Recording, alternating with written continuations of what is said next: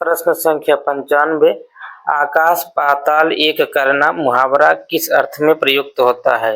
ए. घनघोर वर्षा होना। बी.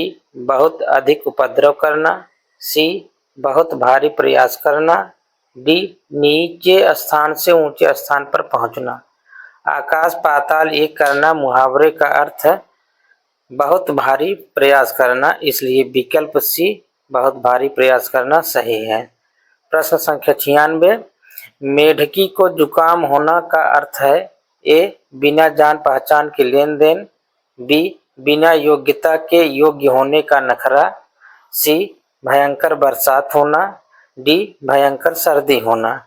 मेढकी को जुकाम होना का अर्थ है बिना योग्यता के योग्य होने का नखरा, इसलिए विकल्प बी सही है। हमारा अगला प्रश्न है प्रश्न संख्या 97। मुंह की खाना मुहावरे का अर्थ है? ए. भोजन करना। बी. चोट खाना। सी. बुरी तरह हारना। डी. गिर पड़ना। मुंह की खाना मुहावरे का अर्थ है बुरी तरह हारना, इसलिए विकल्प सी बुरी तरह हारना सही है।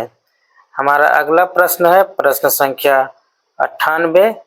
जिस पत्तल में खाना उसी पत्तल में छेद करना कहावत का अर्थ है? ए. अपने हाथों अपना ही नुकसान करना। बी.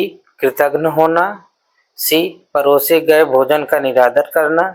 डी. मूर्खतापूर्ण कार्य करना। जिस पत्तल में खाना उसी पत्तल में छेद करना कहावत का अर्थ है कृतघ्न होना, इसलिए विकल्प बी कृतघ्न होना सही है। हमारा अगला प्रश्न है प्रश्न संख्या 99। कक्षा शब्द का शुद्ध उच्चारण है? ए. कक्षा। बी. कक्षा। सी. कक्षा। डी. कक्षा।